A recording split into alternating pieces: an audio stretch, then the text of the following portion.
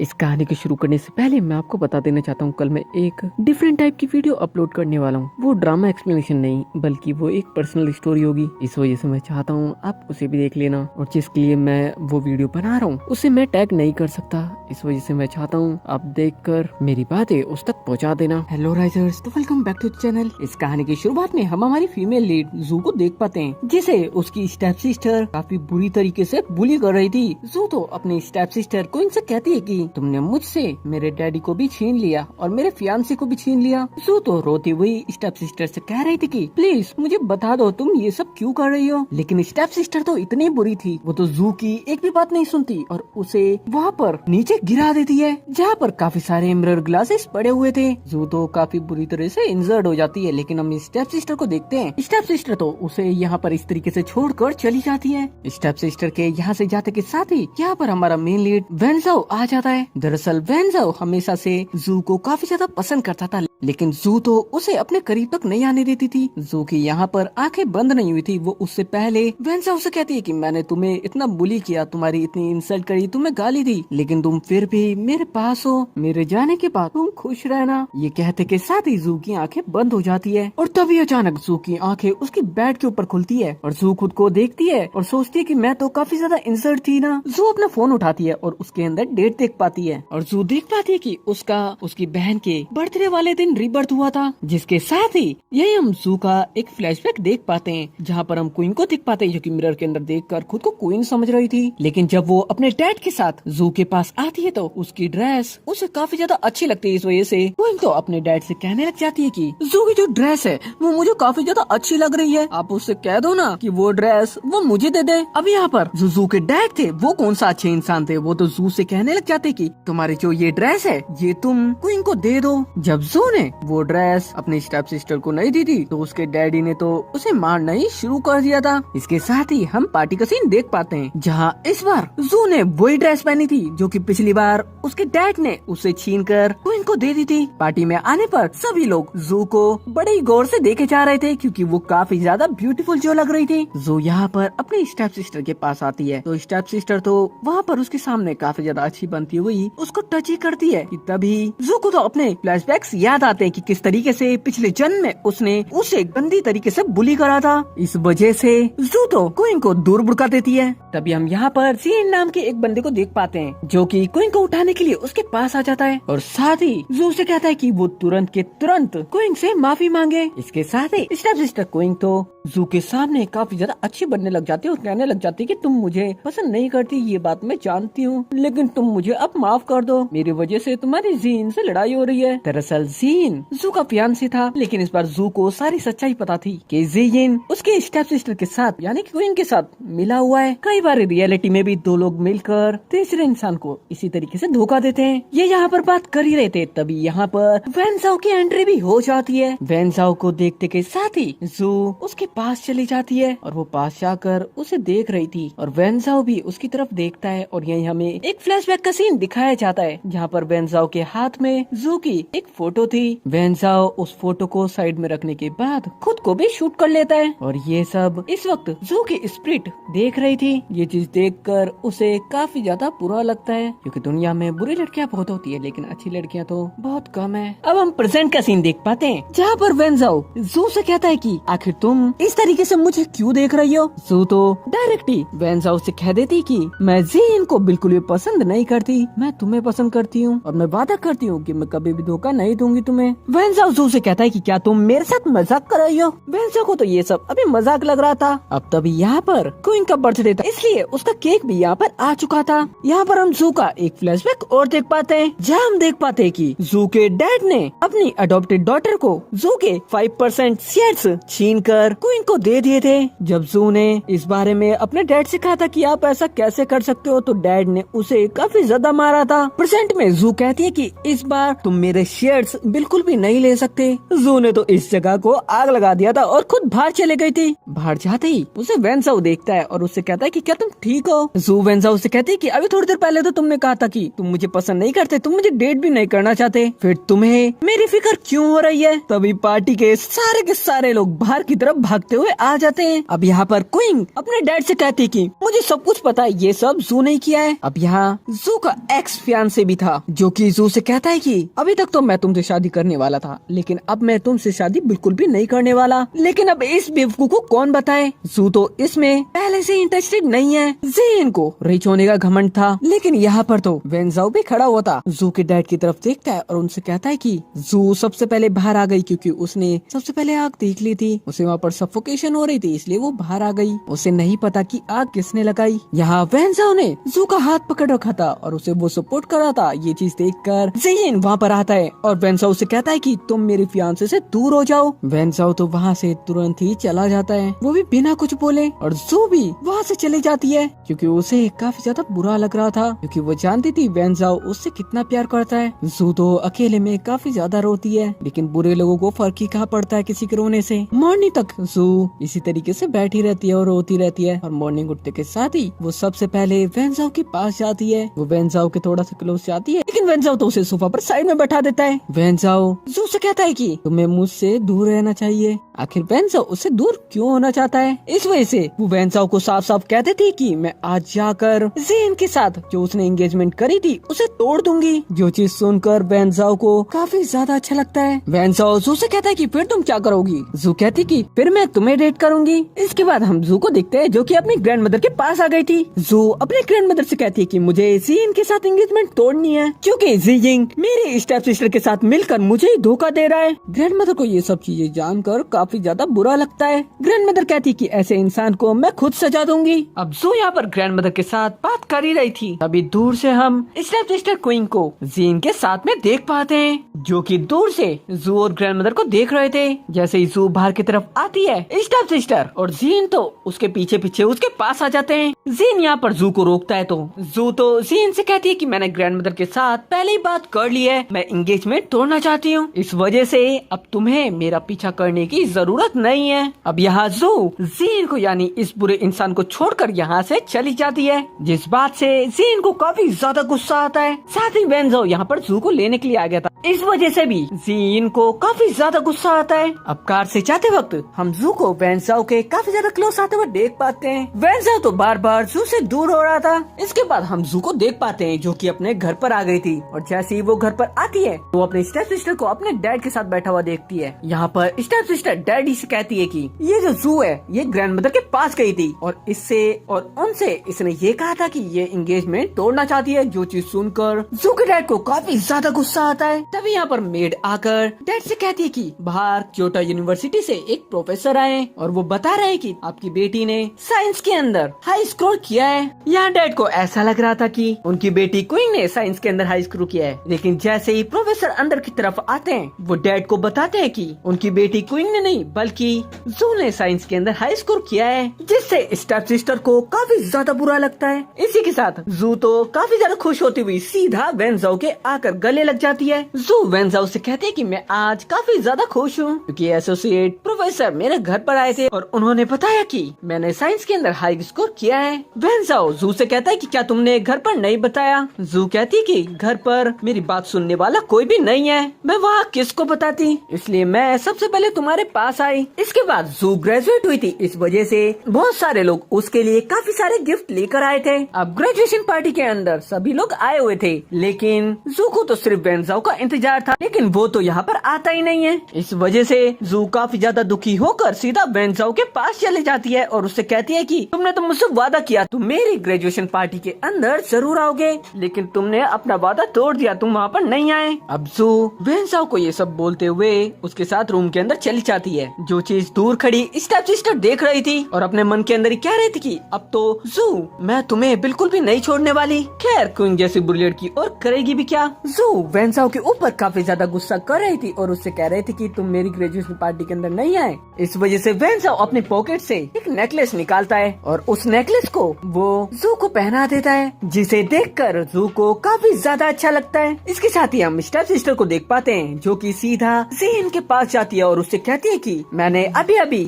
जू को देखा जो कि वेंसाओ के रूम के अंदर गई है। ये चीज सुनते के साथ ही ज़ीन तो वेंसाओ के रूम की तरफ भागता है और उसके रूम के अंदर घुसकर हर तरफ जू को ढूंढने लग जाता है। दरअसल अभी उसकी एंगेजमेंट टूटी नहीं थी, इस वजह से ज़ीन जू के पीछे पड़ा था। ज़ीन तो वेंसाओ से पूछता भी है कि आखिर जू कहाँ पर है। वेंसाओ कहता है कि अगर तुम्हें मिल जाए तो तुम ले जाओ उसे। अब जू यहाँ पर नहीं मिलती, इस वजह से ज़ीन बाहर की तरफ चला जाता है। अब तभी जू भी स्टेप सिस्टर के पास आ जाती है। स्टेप सिस्टर तो जू से कहने लग जाती है कि मैंने अभी अभी तुम्हें देखा कि तुम वेंसाओ के रूम में गई थी और तुम अपने आप को बहुत चालाक समझती हो ना, मैं तुम्हारी सच्चाई सभी को बता दूंगी। अब जू को तो अपने स्टेप सिस्टर के ऊपर काफी ज्यादा गुस्सा आ जाता है, इस वजह से वो उसके बाल पकड़कर उसे नीचे बुड़का देती है। अब जब जू अपने स्टेप सिस्टर को मार रही थी तभी यहाँ पर उसके डैड भी आ जाते हैं और अपने डैड के सामने तो स्टेप सिस्टर काफी ज्यादा प्यारी बनने लग जाती है, काफी ज्यादा इनोसेंट बनने लग जाती है। इस वजह से डैड तो जू के ऊपर काफी ज्यादा गुस्सा करने लग जाते हैं। और इतना कम नहीं था, वो तो जू को मारने जाते हैं, लेकिन वो जू को मारते उससे पहले यहाँ पर वेंसाओ आ जाता है और जू के डैड को रोक देता है। वेंसाओ डैड से कहता है कि यहाँ पर सारी गलती जू की नहीं है बल्कि क्वीन की भी है, लेकिन क्वीन तो अपनी गलती मानने ही वाली कहाँ थी। अब डैड तो अपनी बेटी क्वीन से कहता है कि मैं तुम्हें जल्दी से जल्दी हॉस्पिटल लेकर चलता हूँ, जिसके साथ ही वेंसाओ जू को लेकर अपने रूम में आ जाता है, जहाँ पर जब जू की आँख लगती है तो उसे पिछले जन्म के कुछ नाइटमेयर आने लग जाते हैं। पिछली बार जब जू को मेंटल हॉस्पिटल के अंदर डाल दिया गया था तो वहाँ पर बहुत सारे बुरे लोगों ने उसे बुरी तरह बुली करा था। जू तो उठते के साथ ही वेंसाओ को गले लगा लेती है क्योंकि वो काफी ज्यादा डरी हुई थी। जू वेंसाओ से कहती है कि इस बार मैं जू फैमिली को पूरी तरीके से खत्म कर दूंगी और उस जगह की सारी प्रॉपर्टीज ले लूंगी। पिछली बार उन लोगों ने मुझसे प्रॉपर्टी छीनी थी, लेकिन इस बार मैं उनसे सब कुछ छीन लूंगी। इसके बाद जब वेंसाओ बाहर की तरफ आता है तो जू के डैड उसे रोककर कहने लग जाते हैं कि क्वीन को तुम इतना बुरा नहीं समझो, मैं जानता हूँ ये सारी गलती जू की होगी, लेकिन वेंसाओ तो डैड को चुप करा देता है। और फिर जू के डैड भी वेंसाओ से ज्यादा फालतू नहीं बोल पाते क्योंकि वेंसाओ काफी ज्यादा रिच फैमिली से था। वही हम एक मेड को देख पाते हैं जो कि ज़ीन को वाटर दे रही थी और उससे साथ ही बता रही थी कि मैंने अभी अभी जू को वेंसाओ के साथ देखा, जो चीज जानकर ज़ीन को बिल्कुल अच्छा नहीं लगता। जैसे ही जू उसके सामने से गुजरती है ज़ीन तो भागता हुआ उसके पास चला जाता है और उससे कहने लग जाता है कि अभी तुम्हारी मुझसे एंगेजमेंट नहीं टूटी है, इस वजह से तुम मुझसे दूर नहीं जा सकती। लेकिन ये बंदा बहुत ज्यादा बेकार इंसान था क्योंकि इसे स्टेप सिस्टर भी चाहिए थी और साथ में जू भी, और बहुत सारी लड़कियों को कुछ ऐसे ही लड़के पसंद आते हैं। लेकिन जू तो ज़ीन से कहती है कि मुझसे दूर रहो और उसे दूर करके वहाँ से चली जाती है। इसके बाद मॉर्निंग जब वेंसाओ जू के पास आता है तो वो तो उसकी काफी ज्यादा केयर कर रहा था। जू यहाँ पर बहुत ज्यादा इमोशनल होकर वेंसाओ को गले लगाते हुए उससे कहती है कि मेरे स्टेप डैड और स्टेप सिस्टर काफी ज्यादा बुरे हैं, मेरी मॉम के जाने के बाद उन लोगों ने नहीं मुझे सबने बुली करा, लेकिन तुमने मुझे हमेशा प्यार करा, इस वजह से मैं तुम्हें छोड़कर कहीं भी नहीं जाना चाहती। खैर ऐसे ही कुछ लोगों का रिबॉन्ड हो जाए तो उन्हें सच्चाई पता चल जाए आखिर कौन सा इंसान किस तरीके का है, क्योंकि जू को पहले कौन सा वेंसाओ की सच्चाई पता थी, वो तो उसे सिर्फ एक बुरा इंसान समझती थी, जबकि वेंसाओ कभी बुरा था ही नहीं। और वैसे भी विलेंस बनाए जाते हैं ना कि बनते हैं, पता नहीं लोग खुद की गलतियाँ क्यों नहीं देखते। इसके बाद जू अपने घर पर जाती है अपने डैड के पास में, तो डैड जू से कहते हैं कि तुम जल्दी से जल्दी जी से शादी करोगी, और वो इसलिए चाहते थे क्योंकि उन्हें बिजनेस के अंदर उससे प्रॉफिट होता। लेकिन स्टेप सिस्टर यहाँ पर अपने डैड से कहती है कि ज़ीन जू को नहीं बल्कि मुझे पसंद है, लेकिन डैड तो उसे एक थप्पड़ मार कर दूर भुड़का देते हैं और कहते हैं कि तुम्हें ये सब करने की जरूरत नहीं है क्योंकि वो बिजनेस के लिए कुछ भी कर सकते थे, जैसा कि बहुत सारे इंसान करते भी है। इतना कम नहीं था, जब जू के डैड अपने ऑफिस में बैठकर अपना लैपटॉप देख रहे थे तो वो उनके लैपटॉप पर कुछ फोटोज देख पाते हैं और वो भी ज़ीन और स्टेप सिस्टर के साथ में, जिससे तो उन्हें काफी ज्यादा गुस्सा आता है। जू के डैड तो अपने असिस्टेंट से कहते हैं कि जल्दी से जल्दी ये जो मीडिया के अंदर न्यूज फैल रही है तुम इसे कैसे भी करके रोको, और जू के डैड इसलिए ये सब बोल रहे थे क्योंकि उनके बिजनेस के अंदर उन्हें प्रॉफिट नहीं हो रहा था बल्कि नुकसान हो रहा था। हम वेंसाओ को देख पाते हैं जो किसी को कॉल करके कह रहा था कि मैंने और भी ज्यादा मार्केटिंग अकाउंट ढूंढ लिए हैं। वेंसाओ तो यहाँ पर बैठा बैठा मार्केटिंग कर रहा था। जू जब उसके पास आती है वो तो सीधा उसे हक कर लेती है। अब नेक्स्ट डे जब मॉर्निंग डैड, क्वीन और जू साथ बैठकर ब्रेकफास्ट कर रहे थे तो यहाँ पर डैड जू से कहते हैं कि क्या तुम मेरी एक छोटी सी हेल्प कर दोगे, और ये हेल्प वो काफी ज्यादा प्यार से मांग रहे थे, जिस चीज के बारे में पहले से ही जू को पता था। इसलिए जू डैड से कहती है कि आपके जैसे डैड बिल्कुल भी पसंद नहीं है जो हर बात में सिर्फ अपने स्टेप सिस्टर की साइड ले, और अब भी मैं जानती हूँ तुम ये सब सिर्फ अपने प्रॉफिट के लिए करना चाहते हो, अपनी डॉटर की इमेज क्लियर करना चाहते हो मीडिया में। जू यहाँ पर डैड से कहती है कि अगर तुम्हें मेरी हेल्प हेल्प चाहिए तो मुझे जू ग्रुप के 10% शेयर्स चाहिए, वो मुझे दे दो, मैं तुम्हारी मदद कर दूंगी। जिससे तो स्टेप सिस्टर और डैड को काफी ज्यादा गुस्सा आता है, लेकिन डैड इसके लिए इतनी जल्दी मानने वाले कहीं थे। इस वजह से जू तो यहाँ से उठकर चली जाती है। इसके साथ ही हम जीन को रात को बार के अंदर देख पाते हैं, जहाँ उसे एक मैसेज आता है और उसे पता चलता है कि उसके ग्रैंडपा होश में आ चुके हैं और फैमिली ने उनके वेलकम के लिए एक डिनर पार्टी ऑर्गेनाइज करवाई है। वहीं हम जू को देख पाते हैं जो कि वेंसाओ के पास आती है और उससे कहती है कि ग्रैंडपा होश में आ गए और वो मुझे अभी भी अपनी बेटी की तरह मानते हैं, मैं उनसे बात कैसे करूंगी। फिर जू को याद आता है कि मेरे पास एक और आइडिया है और जू तो सीधा स्टेप सिस्टर क्वीन के पास चली जाती है, क्योंकि वो भी तो जीन को पसंद करती थी और वो उसे पाने के लिए कुछ भी कर सकती थी। इस वजह से जू तो सीधा उसके पास जाकर उसे उकसाने लग जाती है कि अब तो ग्रैंडपा होश में आ गए और वो मेरी शादी जीन से करा देंगे, फिर तुम क्या करोगी। जिस बात से स्टेप सिस्टर क्वीन को तो काफी ज्यादा गुस्सा आता है। हम डिनर पार्टी का सीन देख पाते हैं। इसके साथ ही पार्टी के अंदर ग्रैंडफादर और ग्रैंडमदर की एंट्री भी हो जाती है। ग्रैंडफादर तो सीधा जू को देखते हैं और उसे लेकर जीन के पास आते हैं और उससे कहते हैं कि तुम तुरंत ही खड़े होकर जू से माफी मांगो। ग्रैंडमदर तो सीधा उसे मारने के लिए चली जाती है, लेकिन जीन उन्हें रोकता हुआ कहता है कि आप कैसे भूल गए, जू ने तो मुझसे एंगेजमेंट तोड़ने की बात कही थी ना। जू ग्रैंडफादर को ये बात बता नहीं पा रही थी, लेकिन अभी वो कहती है कि सॉरी ग्रैंडफादर, मैंने आपको बताया नहीं, लेकिन मैं पहले ही ग्रैंडमदर को बता चुकी हूँ। मैं जीन को बिल्कुल भी पसंद नहीं करती। जीन के अंदर भी यहाँ पर काफी सारा ईगो भरा हुआ था। इस वजह से वो जू के डैड से कहता है कि अच्छा ऐसी बात है तो मैं तुम्हारे स्टेप सिस्टर से शादी कर सकता हूँ। लेकिन ये चीज सुनकर जू के डैड को बिल्कुल भी अच्छा नहीं लग रहा था, क्योंकि इससे उन्हें बिजनेस के अंदर प्रॉफिट नहीं होता ना, क्योंकि वो उनकी अडॉप्टेड डॉटर थी और जू उस घर की सबसे यंग लेडी थी, यानी कि सबसे बड़ी बेटी थी। ग्रैंडफादर को यहाँ पर जीन के ऊपर गुस्सा तो आता है, लेकिन वो पार्टी के अंदर जितने भी लोग आए थे उनके सामने कहते हैं कि अब बच्चे बड़े हो गए हैं, इस वजह से वो अपना डिसीजन खुद ले सकते हैं। इसमें मैं उनसे कुछ भी नहीं कहना चाहता। यहाँ पर जू तो जैसा चाहती थी बिल्कुल वैसा ही हो रहा था और वो काफी ज्यादा खुश थी। लेकिन हम जू के डैड को देख पाते हैं, वो तो रोने ही लग जाते हैं, क्योंकि उन्हें बिजनेस में प्रॉफिट नहीं हो रहा था ना। अभी इसी चीज का फायदा उठाते हुए यहाँ पर वेंसाओ भी आ जाता है कुछ गिफ्ट्स लेकर और साफ साफ सबके सामने कह देता है कि मैं जू को काफी ज्यादा पसंद करता हूँ। अब जू कौन सा वेंसाओ के पास नहीं जाती, वो तो सीधा उसके पास चले जाती है। अब इन दोनों को साथ देखकर ग्रैंडफादर को काफी ज्यादा अच्छा लगता है। यहाँ पर वेंसाओ, जू, ग्रैंडफादर, ग्रैंडमदर सब खुश थे, लेकिन अगर कोई दुखी था तो वो थे जू के डैड और जीन, जिसके अंदर ईगो जो भरा हुआ था। अब इतना कम नहीं था, यहाँ पर स्टेप सिस्टर की कमी थी, वो भी तुरंत ही वहाँ पर आ जाती है, जिसे एक गार्ड लेकर आता है और वो बताता है कि ये बाहर चिल्ला रही थी कि ये जीन की फियांसे है। जिस चीज से ग्रैंडमदर को काफी ज्यादा गुस्सा आता है, वो तो आकर इसमें एक थप्पड़ मार देती है और साथ ही जीन से कहने लग जाती है कि तुम मुझे प्रोटेक्ट करो ना, मैं तुम्हें हमेशा से काफी ज्यादा पसंद करती हूँ। जबकि ये दोनों के दोनों ही काफी ज्यादा बुरे इंसान थे। अब यहाँ जू ने तो कुछ भी नहीं करा था, इस वजह से घर जाने के बाद वो एक जगह पर बैठकर रोने की एक्टिंग करने लग जाती है, जैसे उसे आज के लिए काफी ज्यादा बुरा लगा है। अब जैसे ही जू के डैड उसके पास आते हैं, जू तो उनसे कहने लग जाती कि मैं तो जीन को काफी ज्यादा पसंद करती थी, लेकिन अब वो मुझे पसंद ही नहीं करता, तो मैं क्या कर सकती हूँ। लेकिन स्टेप सिस्टर तो सब कुछ जानती थी, इस वजह से वो चिल्लाने लग जाती है कि तुम अपना ये नाटक बंद करो। इतना कम नहीं था, वो तो डैड के सामने उसे मारने जाती है, लेकिन डैड ही उसे रोक देते हैं, क्योंकि अभी उन्हें सिर्फ एक ही इंसान से फायदा हो सकता था और वो थी सिर्फ जू। इस वजह से उसकी साइड लेना तो बनता था ना। जाते हुए डैड जू से कहते हैं कि वेंसाओ भी एक अच्छा ऑप्शन है, तुम उसके साथ अपनी नजदीकियां बढ़ा सकती हो। लेकिन जू तो मन के अंदर ही कह रही थी कि तुम जैसा इंसान मैंने कभी नहीं देखा, तुमने मेरे मॉम के शेयर्स चुरा लिए थे और अब भी तुम्हें अपने बिजनेस की ही पड़ी है। खैर रियल लाइफ में भी कुछ लोग सिर्फ बिजनेस के लिए पागल रहते हैं और अच्छे इंसान और बुरे इंसान में फर्क तक नहीं देख पाते, क्योंकि उन्हें इससे फर्क ही कहाँ पड़ता है। मॉर्निंग जब डैड, क्वीन और जू साथ बैठकर ब्रेकफास्ट कर रहे थे, तो यहाँ पर जू एक बिजनेस मीटिंग के बारे में बात करती है और अपने डैड से कहती है कि आपको फिक्र करने की जरूरत नहीं है। लेकिन जब स्टेप सिस्टर बीच में बोलती है तो डैड तो उसे काफी ज्यादा डांट देते हैं, जिसकी वजह से वो उठकर वहाँ से चली जाती है। वही हम वेंसाओ को देख पाते हैं, जो कि एक जगह पर बैठा हुआ था।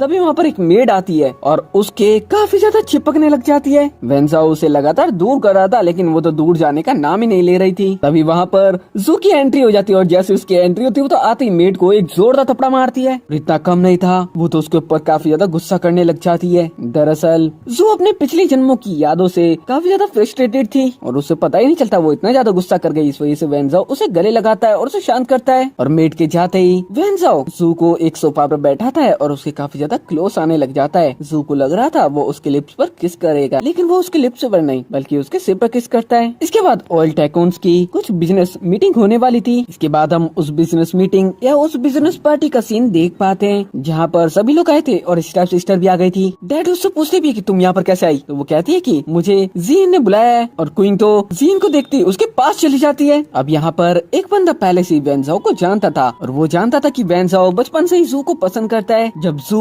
उसके डैड उस बंदे के पास आते हैं, यानी कि उस बिजनेसमैन के पास आते हैं, तो वो बंदा जू से कहता है कि मैं तुम्हें जानता हूँ, तुम वैनजाओ को पसंद करती हो ना, और वैनजाओ भी तुम्हें पसंद करता है। ये चीज सुनकर डैड सोचते इसे कैसे पता ये सब। इस पार्टी के अंदर जैसे ही जीन जू को देखता है, वो तो उसके क्लोज जाने की कोशिश करता है, उससे बात करने की कोशिश करता है, लेकिन वो उसे टच करता उससे पहले ही वैनजाओ वहाँ पर आकर उसे दूर रहने को कहता है। अब यहाँ पर इतना कम नहीं था, यहाँ मीटिंग के अंदर भी हम स्टेप सिस्टर क्वीन को देख पाते हैं जो कि जू की इंसल्ट करना चाहती थी, लेकिन डैड उसे रोक देते हैं। और वैनजाओ जू को लेकर जब साइड में जाता है तो जू वैनजाओ से कहती है कि आखिर तुम मेरी इतनी मदद क्यों करते हो। वैनजाओ कहता है कि तुम हमेशा मुझ पर आंख बंद कर भरोसा कर सकती हो। जू यहाँ पर वैनजाओ से कहती है कि आखिर तुम मुझे कब से पसंद करते हो। जू कहता है कि जब तुम्हारे मॉम की डेथ हुई थी, मैं उसी वक्त से तुम्हें पसंद करने लगा था, क्योंकि उस वक्त भले ही मैं छोटा था लेकिन मैं जानता था तुम कितनी अकेली हो गई हो। शायद ये लोग और भी लोग समझ पाते कि अकेला रहना कैसा होता है। तभी जू को यहाँ पर एक कॉल आती है और उसे बताया जाता है कि कल एक कॉन्ट्रैक्ट पर सिग्नेचर करने के लिए मैं आऊंगा।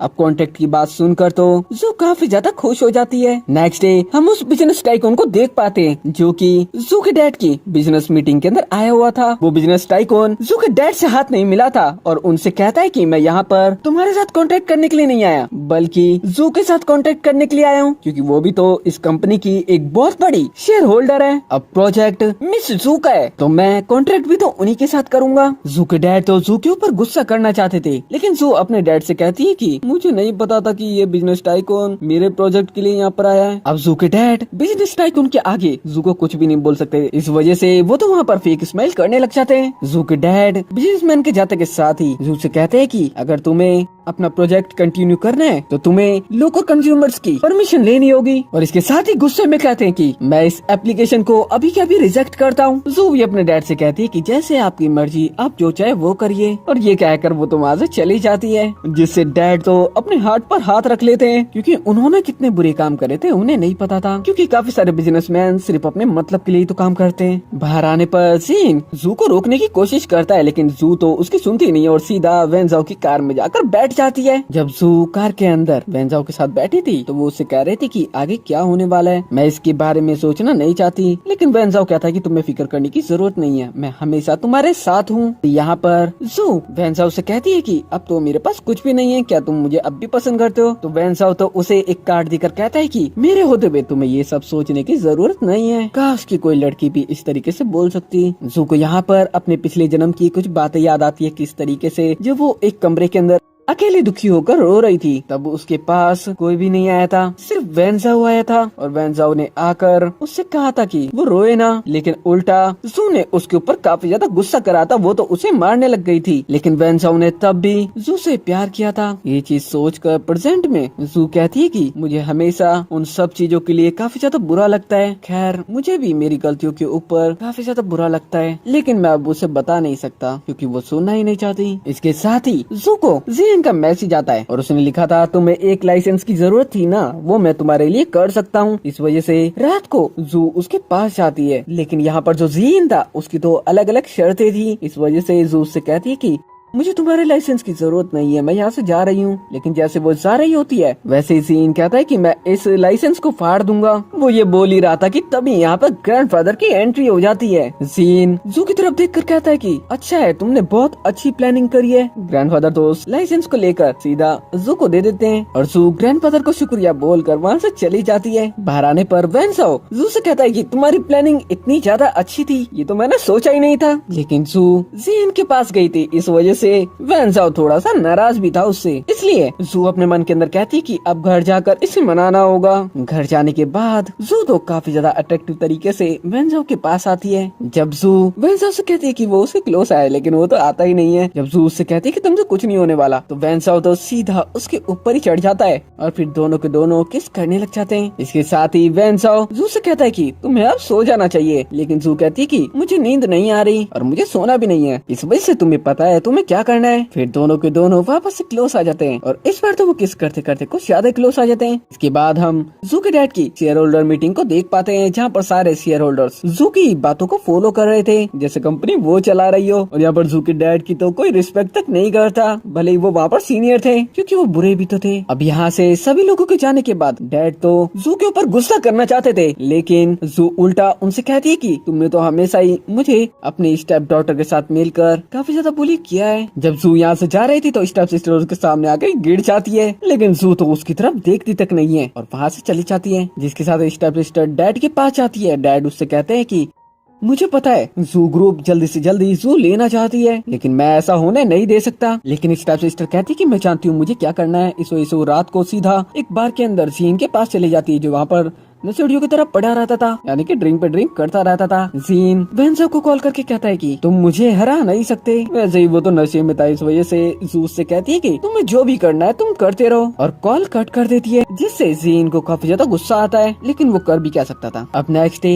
जू की मदर की डेथ एनिवर्सरी थी, इस वजह से वो घर वापस आ जाती है। तो स्टेप सिस्टर उससे कहती है कि आखिर तुम यहाँ पर वापस क्यों आ गई हो। तो जू कहती है कि ये मेरी मदर की डेथ एनिवर्सरी है, तो फिर मैं यहाँ पर क्यों ना आऊँ। जू उल्टा यही सवाल स्टेप सिस्टर से कहती है कि आखिर तुम यहाँ पर क्या कर रही हो। तो क्वीन तो कहने लग जाती है कि वो मेरी भी तो मदर थी, लेकिन वो तो सिर्फ नौटंकी कर रही थी, इस वजह से जू से एक जोर से थप्पड़ मार देती है। अब यहाँ पर जू ने स्टेप सिस्टर को मारा था, इस वजह से डैड भी वहाँ पर आकर जू के ऊपर गुस्सा करने लग जाते हैं। लेकिन जू कहती है कि यहाँ पर तुम सबका कोई भी काम नहीं है, तुम सिर्फ मतलब के लिए यहाँ पर हो। और वाकई में बाकी सारे लोग सिर्फ मतलब के लिए यहाँ पर थे, इस वजह से जू सबको यहाँ से निकल जाने को कहती है और कहती है कि वो सिर्फ मेरी मदर थी। अब यहाँ पर जितने भी लोग आए हुए थे वो सभी डैड से कहने लग जाते कि आप इस तरीके से जू के ऊपर गुस्सा नहीं कर सकते। अब यहाँ पर स्टेप सिस्टर कुछ और बोलने ही वाली थी कि तभी जू तो उसे पकड़कर बाहर बुड़का देती है, यानी कि बाहर निकाल देती है। लेकिन अब तो जू के डैड भी उससे कुछ नहीं बोल पाते। वही हम वेंजाओ को देख पाते हैं, जो कि कार से एक जगह से जा रहा था, तभी उसके सामने से एक बाइक वाला आता है और वेंजाओ को शूट करके वहाँ से चला जाता है।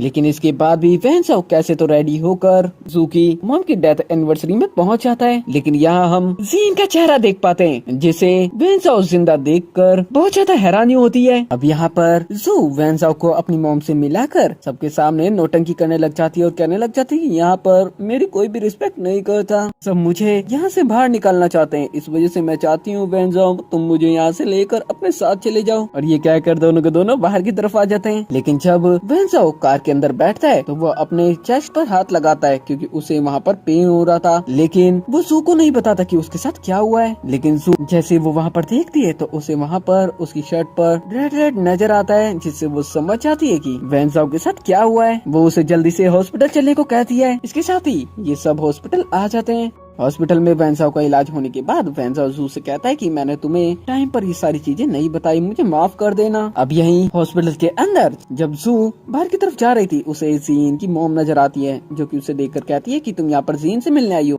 लेकिन जू जीन की मॉम से कहती है कि मेरा अभी इस वक्त एक बॉयफ्रेंड है और मैं उसे डेट कर रही हूँ। अब जीन की मदर जब जीन के पास जाती है तो उसे सारी बातें बताती है। मदर के जाते के साथ ही जीन को तो काफी ज्यादा गुस्सा आता है। इसके बाद वेंजाओ को हांगकांग जाना था एक मीटिंग के लिए, इस वजह से वो जू से कहता है कि मैं जल्दी वापस आ जाऊंगा, तुम अपना ख्याल रखना। इसके बाद कुछ टाइम बीत जाता है और जब वेंजाओ के आने का वक्त था तब जू उसे लगातार कॉल करती है, लेकिन वेंजाओ तो एक भी कॉल अटेंड नहीं करता, का नंबर तक नहीं लगता, उसकी कॉल तक नहीं लग रही थी। जब जू बाहर की तरफ से जा रही थी उसके सामने जीन आ जाता है और जीन उससे आकर उल्टी सीधी बातें करने लग जाता है और कहने लग जाता है कि अब वेंजाओ मुझे पता है कभी भी नहीं आने वाला। लेकिन तभी जू को किसी का कॉल आता है और वो वहाँ से जाना चाहती थी वेंजाओ से मिलने के लिए, लेकिन जीन तो उसे रोकने लग जाता है। लेकिन तभी खुद वेंजाओ यहाँ पर आ जाता है बहुत सारे सिक्योरिटी गार्ड्स के साथ में। जू तो जैसे ही वेंजाओ को देखती है वो उससे कहने लग जाती है कि मैंने तुम्हें इतनी सारी कॉल करी, तुमने मेरी एक भी कॉल क्यों नहीं उठाई। तो वेंजाओ कहता है कि मेरा फोन मेरे पास नहीं है। और जीन वेंजाओ से कहता है कि तुम जिंदा कैसे बच गए, लेकिन वेंजाओ उससे कुछ भी नहीं कहता और जू को लेकर यहाँ से चला जाता है। अब जैसे ही वेंजाओ जू को लेकर कार में जाता है वो तो उसे सीधा किस करने लग जाता है, क्योंकि वो उससे इतने टाइम बाद मिला जो था। यहाँ पर किस करने के साथ साथ वेंजाओ को अपने पिछले जन्म की बातें याद आने लग जाती है, किस तरीके से उसने जू को खो दिया था, उसके जाने के बाद वो कितना दुखी हुआ था। इससे हमें ये पता चलता है कि यहाँ पर सिर्फ जू का रिबॉर्न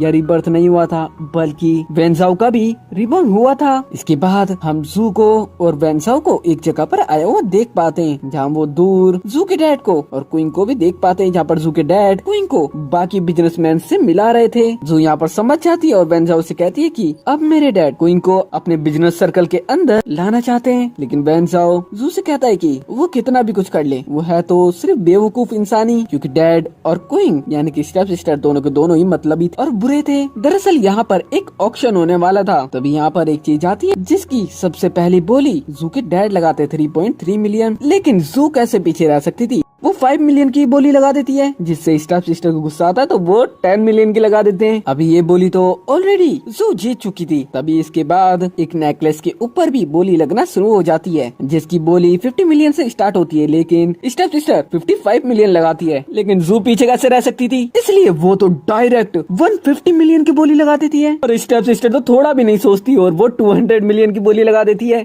लेकिन जिसे सुनते के साथ ही स्टेप डैड तो पूरे हिल जाते हैं और इसके बाद तो जू भी बोली नहीं लगाती और इस तरीके से ये नेकलेस स्टेप सिस्टर और उसके डैड का हो जाता है, जिससे स्टेप सिस्टर तो काफी ज्यादा खुश हो रही थी और जू भी उसके लिए क्लैपिंग कर रही थी। और साथ ही मन के अंदर जू तो कह रही थी कि बस तुम 2 मिनट के लिए खुश हो जाओ, इसके बाद तुम्हें पता चलेगा कि क्या होने वाला है। के बाद जब वो नेकलेस जू के डैड और स्टेप सिस्टर को मिलता है तो उन्हें पता चलता है कि 200 मिलियन तो इस नेकलेस के लिए काफी ज्यादा है, यानी कि उन्हें बहुत ज्यादा नुकसान हो चुका था, जिससे जू के डैड को स्टेप सिस्टर के ऊपर काफी ज्यादा गुस्सा आता है। इसके बाद हम वेंजाओ को देख पाते हैं जिसके पास एक रिंग थी और वो यहाँ पर जू को प्रपोज कर देता है और जू भी तुरंत ही उसका प्रपोजल एक्सेप्ट कर लेती है। इसके बाद हम जू ग्रुप की एक बोर्ड मीटिंग होता हुआ देख पाते हैं, जहाँ सभी शेयर होल्डर्स चाहते थे कि उनके लिए एक नया सीईओ चुना जाए और यहाँ पर सभी मिलकर जू को ही सीईओ चुनना चाहते थे। लेकिन इससे तो जो जू के डैड थे वो काफी ज्यादा भड़क जाते हैं। दरअसल जू ने यहाँ पर 200 मिलियन चैरिटी में डोनेट किए थे, इस वजह से शेयर होल्डर्स उससे खुश थे।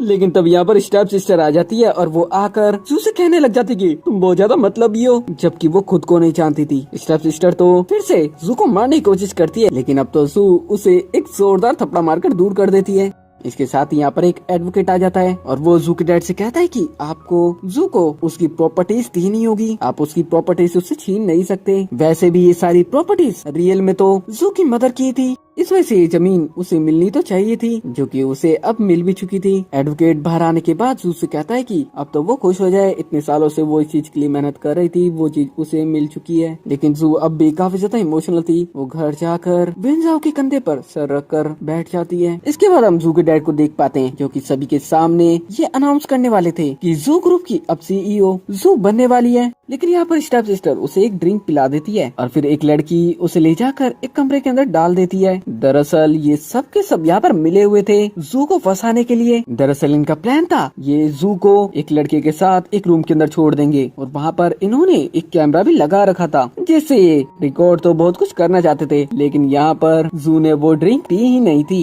तभी सभी लोगों को पता चलता है कि जू इस बिल्डिंग के टेरेस पर है। तभी यहाँ पर वेंजाओ भी कुछ पुलिस ऑफिसर्स के साथ पहुँच जाता है और उसने बताया था कि स्टेप सिस्टर ने जू को पॉइजन देने की भी कोशिश करी थी। जू तो डैड से कहने लग जाता कि मैंने ऐसा कुछ भी नहीं करा। लेकिन पुलिस ऑफिसर्स स्टेप सिस्टर को पकड़ते उससे पहले ही वो तो जाकर जू की गर्दन पर अपना हाथ रख देती है, उसका गला दबाने लग जाती है। लेकिन यहाँ पर जू तो बच जाती है, लेकिन स्टेप सिस्टर सीधा टेरेस से नीचे गिर जाती है और फिर क्या होना था उसका खेल खत्म हो जाता है। जिसके बाद स्टेप डैड को भी उनके बुरे कामों के लिए पकड़ लिया जाता है, क्योंकि उन्होंने क्या क्या गलत काम करे थे। इस सभी के डॉक्यूमेंट जू के पास थे। इसके बाद जू अपने घर पर जाती है, वहाँ पर अपनी मॉम की उस फोटो को लेने के लिए, जो कि वहाँ पर रखी हुई थी। यहाँ वो लिन को भी जानती थी कि लिन भी एक बुरा इंसान है, जो कि उसके डैड का असिस्टेंट है, इसलिए उसे भी वेंजाओ के गार्ड्स पकड़कर वहीं पर उस घर के अंदर फेंक देते हैं और वहाँ से चले जाते हैं। घर आने के बाद जू वेंजाओ से कहती है कि मैं हमेशा तुम्हारे साथ खुश रहना चाहती हूँ। वेंजाओ भी जू से कहता है कि मैं हमेशा तुम्हें प्रोटेक्ट करूंगा, और ये कहकर दोनों एक दूसरे को किस करते हैं। और इसी हैप्पी एंडिंग के साथ ये ड्रामा यहाँ पर खत्म हो जाता है। तो जाने से पहले चैनल को सब्सक्राइब, वीडियो को शेयर जरूर से कर देना।